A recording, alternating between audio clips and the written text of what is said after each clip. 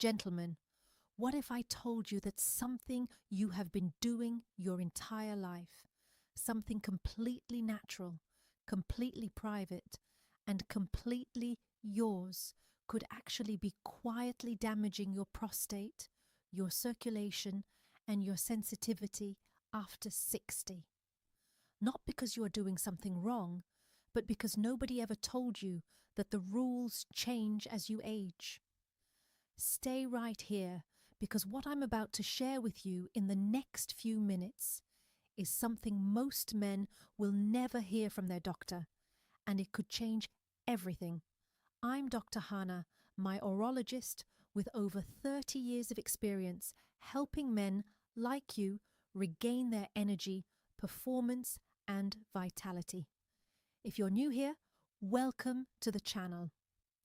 Before we go any further, if you're serious about protecting your prostate, staying strong, and living without fear, hit that subscribe button and turn on notifications. I share real information backed by real science for men just like you. And if this topic matters to you, type 1 in the comments and tell me where in the world you're watching from. If not, type 0 so I know how to help you better next time. Now, let's get into it. I want to begin with a story. A patient came to see me about 3 years ago. I will call him George. He was 71 years old, lean and alert, the kind of man who had taken reasonably good care of himself across his whole life. He exercised. He watched what he ate. He came to his annual checkups without being chased. By most measures, he was doing the right things. But George had a concern he had been holding on to for almost 18 months before he finally brought it to me. He sat down, cleared his throat, and said, "As a matter of fact, doctor, I think something is going wrong with my sensitivity. Things don't feel the way they used to, and I don't know if it's my age or if I've done something to cause it." I asked him a few careful questions, and within a few minutes I had a clear picture of what was happening. George had not done anything shameful. He had not done anything unusual. He had simply continued doing something the same way he had always done it, without realizing that his body at 71 had different needs, different tolerances, and a different relationship with touch than his body at 35. What George was experiencing had a cause, and the cause was correctable. Not with medication, not with surgery, with information. That is what today is about. Not a lecture, not a judgment, a conversation between a doctor and the men she has spent 30 years serving. About something real, something important, and something that nobody talks about nearly enough. Let me say this clearly before we go any further. Solo sexual activity after 60 is not something to be embarrassed about. It is not a lesser substitute for something better. It is a legitimate, clinically supported, health-positive practice that benefits your prostate, your circulation, your hormonal system, and your emotional well-being. The research on this is not ambiguous. Regular ejaculation supports prostate health by flushing the glandular ducts and reducing the risk of inflammation and congestion. It maintains blood flow to the penile tissue, preserving elasticity and sensitivity. It releases oxytocin and endorphins, reducing cortisol and supporting better sleep and mood. And it keeps your pelvic floor muscles engaged and conditioned, which matters enormously for bladder control and overall pelvic health as you age. Your body does not stop needing these benefits at 60. If anything, it needs them more. But here is what nobody tells you. The way you approach this practice needs to evolve as your body evolves. What worked at 35 can actively work against you at 65. And most men, through no fault of their own, are making 3 specific mistakes that are quietly undermining the very benefits they should be receiving. Today, I am going to walk you through all 3. I am going to explain the biology behind each one, the emotional weight it carries, the practical way it shows up in your daily experience, and most importantly, the specific correction that gives your body what it actually needs at this stage of life. By the time we are finished, you will understand your body after 60 better than most men half your age. And that understanding is going to serve you well. Let's begin. Mistake 1. You are still moving at the speed of a younger man. Let me paint you a picture of what happens inside your body when you rush. The moment your nervous system registers that you are under time pressure, that you need to hurry, that this needs to be finished quickly, it activates a low-level stress response. Cortisol and adrenaline begin to move through your system. Your blood vessels, rather than dilating and opening to allow maximum circulation, begin to constrict slightly. Your nervous system shifts into a state of alert rather than a state of receptivity.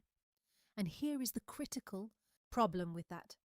Everything that makes sexual pleasure possible, sensitivity, blood flow, tissue responsiveness, muscular relaxation, depends on your nervous system being in the opposite state.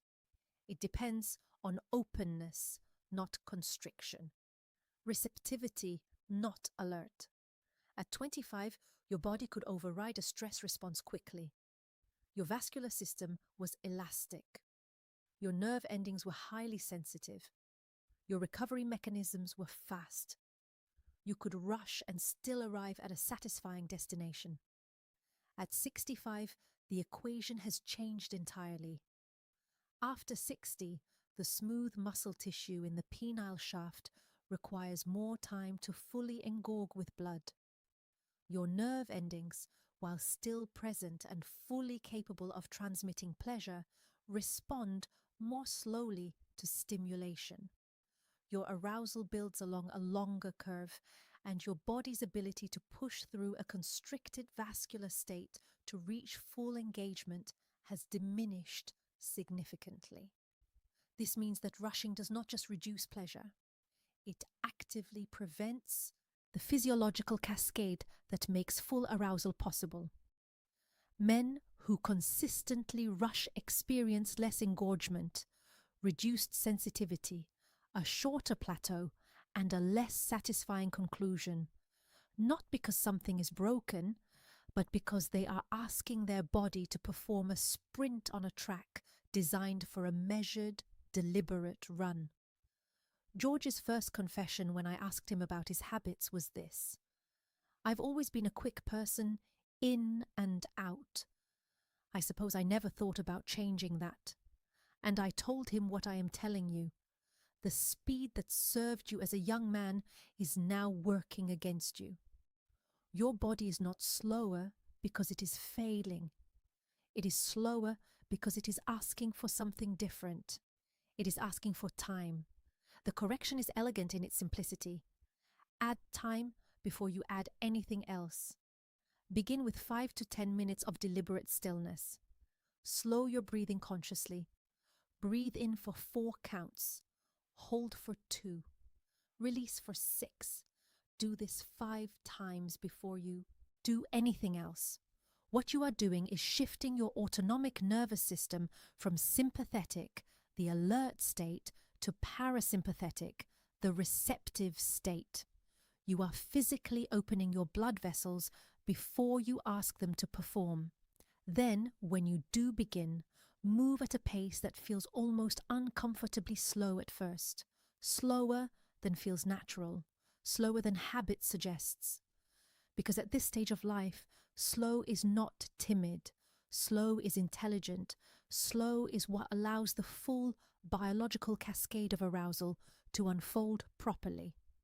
Biologically, slowing down dilates your vessels, maximizes blood flow to the tissue, and allows your nerve endings the sustained time they need to build genuine sensitivity rather than chasing overstimulation. Emotionally, it transforms the experience from a transaction into a genuine act of self-care. And practically, men who make this single adjustment consistently report more reliable arousal, more satisfying conclusions, and a noticeable improvement in the quality of sensation over time. That is not a coincidence. That is physiology responding to respect. Mistake 2. You are using your body like it is still 40. Now, we need to talk about something that takes real honesty to discuss. And I'm going to ask you to stay with me here because this is the mistake that George had been making for almost 2 years before he came to see me. And it was the primary cause of the sensitivity loss that had brought him to my office. As sensation naturally decreases with age, which it does not dramatically for most men, but measurably, the instinctive response is to compensate, to grip more firmly, to move more aggressively, to apply more friction, more pressure, more intensity in the hope that the stronger signal will break through the apparent barrier. I understand that instinct completely. It makes intuitive sense. If the signal is weaker, amplify it. But here is what that instinct does not account for. The reason sensation has decreased is not that your nerve endings have gone deaf and need to be shouted at. The reason is that the blood vessels feeding the penile tissue have become less elastic. The smooth muscle fibers have lost some of their tone, and the nerve endings are more vulnerable to the kind of repetitive mechanical stress that once caused no problem at all. When you respond to reduced sensitivity by increasing pressure and grip, you are not breaking through a barrier. You are compressing the very tissue and nerve structures that are trying to signal pleasure to your brain. You are reducing blood flow at the moment it most needs to increase. And you are causing microscopic trauma to delicate tissue, the kind that repeated over months and years contributes to a genuine cycle of desensitization. This is a real clinical phenomenon. In my practice, I see it regularly. A man who has spent years compensating for reduced sensitivity with increased force finds that the sensitivity continues to decrease. He increases the force further. The sensitivity decreases further.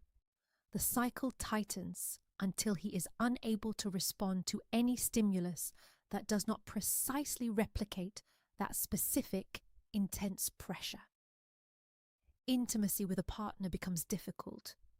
Frustration builds, and the man has no idea that the very habit meant to solve the problem has been deepening it. George went quiet when I explained this to him. Then he said slowly, "I thought I was adjusting. I didn't realize I was making it worse." That moment, that recognition is why I became a urologist. Not to perform procedures to give men the information their bodies have been waiting for them to receive. Here is the correction, and it requires patience because it is a process rather than a single adjustment. Begin using a high-quality, fragrance-free, water-based lubricant every single time. This is not optional at this stage of life. It is clinical. The lubricant reduces the friction that causes microscopic tissue damage. It allows gentler contact to produce sensation that previously required force. It protects the delicate vascular and nerve tissue while your body recalibrates. Then, reduce your grip deliberately. Use the lightest touch that produces any sensation at all and work from there. The goal is not to chase the sensation you remember from 20 years ago. The goal is to communicate with the sensitivity you have now, to listen to it rather than override it. Think of it the way a skilled musician thinks about a delicate instrument. Force produces noise. Sensitivity produces music. Now, before we go into the third mistake, I need to pause here for a moment because the third mistake is different from the first two. The first two live in the body. The third one lives somewhere deeper. And in 30 years of practice, it is the one I have seen cause the most silent suffering in men over 60. If you are still watching, if this conversation is giving you language for something you have felt but never been able to name, please take just a moment right now and subscribe to this channel. Hit that bell so you never miss a video. Because what I'm about to share with you next is the conversation most doctors never have with their male patients. And I believe it may be the most important thing you hear today. Mistake 3. You are leaving your emotions outside the door. I want to ask you something personal, and I want you to sit with the question rather than answering it immediately when you are alone with yourself in your most private moments. What is the emotional climate of that experience? Is it relaxing? Is it present? Is it genuinely pleasurable? Or is there something else in the room with you? A low hum of guilt, perhaps a background anxiety about whether things are working the way they should. A quiet voice that says at your age this is somehow inappropriate or vaguely embarrassing, or a sign of something lacking in your life.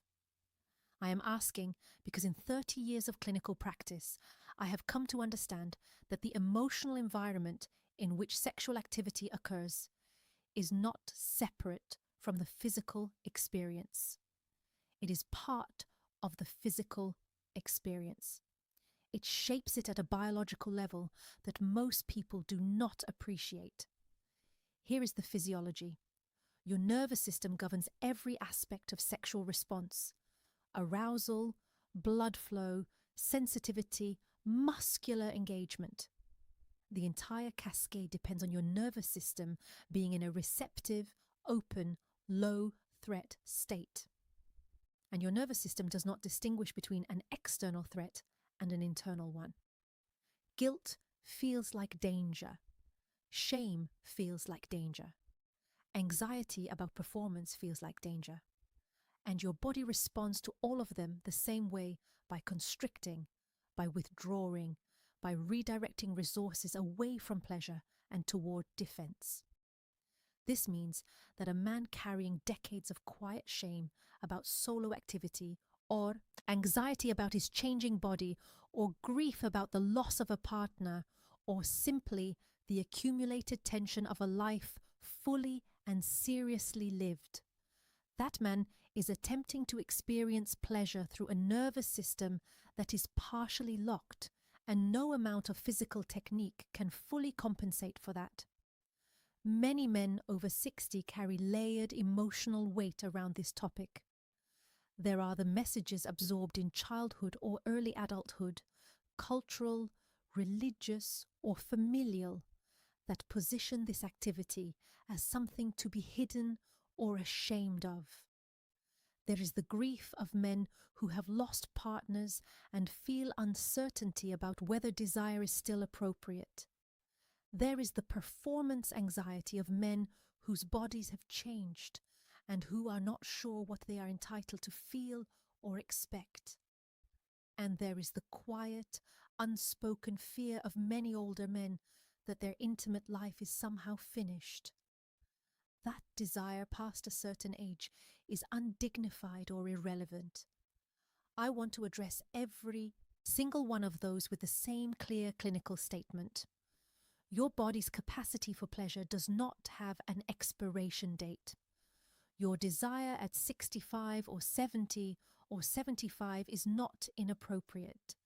It is not embarrassing. It is not a sign of immaturity or lack of acceptance.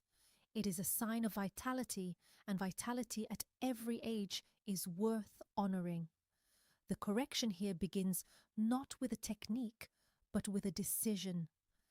A decision to bring the same care and respect to your own experience that you would bring to anything else in your life that matters, because this does matter. Your physical health depends on it. Your emotional well-being depends on it. And your sense of yourself as a man who is still fully present in his own life depends on it. Practically, this means creating a small but deliberate context for this experience. Not elaborate, not performative, simply private, unhurried, and free from the pressure of a clock or an outcome. It means if guilt or anxiety arises, noticing it with curiosity rather than judgment and gently returning your attention to sensation. It means if you have unresolved emotional weight around this topic, considering whether speaking to a therapist or counselor might help you set some of that weight down, not because something is wrong with you, but because you deserve to experience your own body without carrying 40 years of unnecessary burden into the room with you. Biologically, reducing the emotional threat response allows your vessels to dilate fully, your nerve endings to engage without inhibition, and your arousal to build along its natural curve without interference. Emotionally, it restores something that many men over 60 have quietly surrendered without realizing they were surrendering it. The right to experience pleasure without apology. And practically, it transforms an experience that may have become mechanical, anxious, or joyless into something that genuinely nourishes you, body and mind, the way it is meant to. So let's bring all three together and let me give you the practical framework I gave George at the end of our appointment, because he asked me directly, so what does this actually look like going forward? This is what I told him.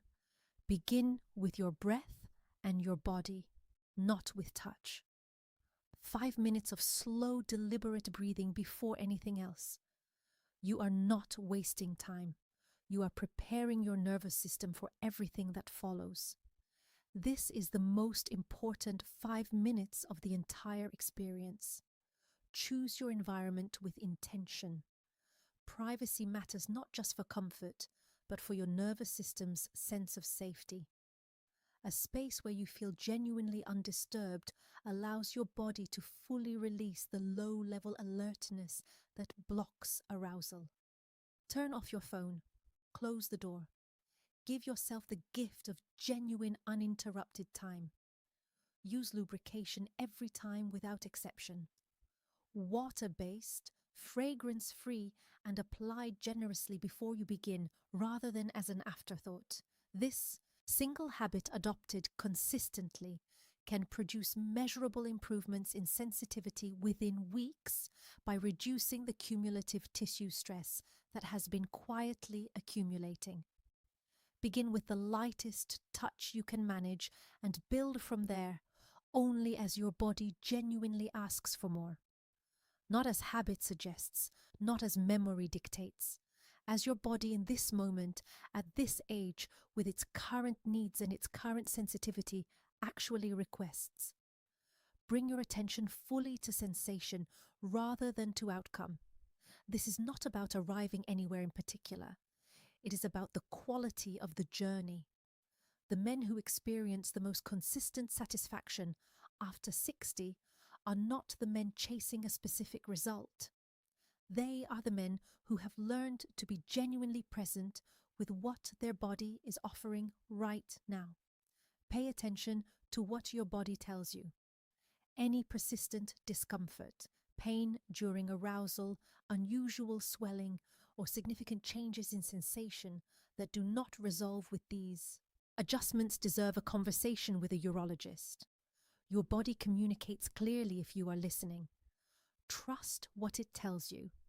And finally, be consistent rather than occasional. The health benefits of this practice for your prostate, your circulation, your pelvic floor, and your hormonal system are cumulative. They are built through regularity, not intensity. Brief, mindful, regular sessions do far more for your long-term health than infrequent, rushed, high-intensity ones. Let me tell you how George's story ended.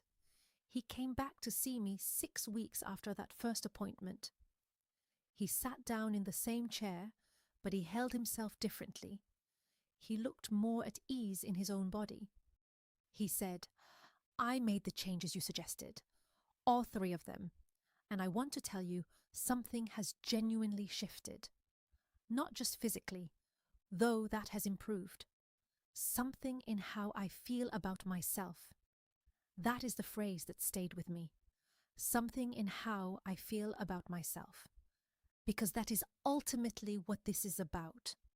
Not technique, not performance, not chasing a version of yourself that existed 30 years ago.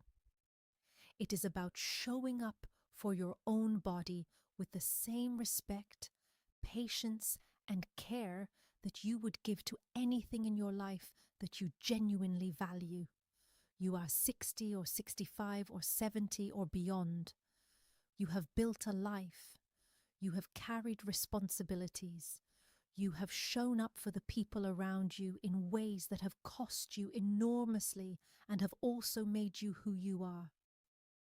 And somewhere in the middle of all of that, your own body, your own experience, your own private life of sensation and pleasure and self-connection may have been the last thing on the list. It belongs at the top of the list. Not because pleasure is the highest priority, but because your health is. And your health at every age is inseparable from your sense of being fully, completely, unapologetically alive. If this conversation gave you something valuable, something that shifted your perspective or gave you clarity where there was confusion or shame, please share it with a man in your life who needs to hear it. A friend, a brother, a father, a son watching his father age and not knowing how to talk to him about what he might be experiencing. These conversations save health. They save relationships. Sometimes they save lives. Leave a like to help this message reach the men across the world who are sitting alone with questions they have never felt safe enough to ask out loud. Subscribe if you have not already and turn on your notifications so you are here for every conversation in our ongoing series on prostate health, circulation, hormonal vitality, and living with full strength and dignity in your later years. And in the comments below, I want you to do something for me. Write one word, just one word, that describes how you feel after watching this video. Because the answers I receive in those comments remind me every single day why this work matters. I'm Dr. Hana. My health belongs to you. Protect it with the same commitment you give to everything else that matters. I will see you in the next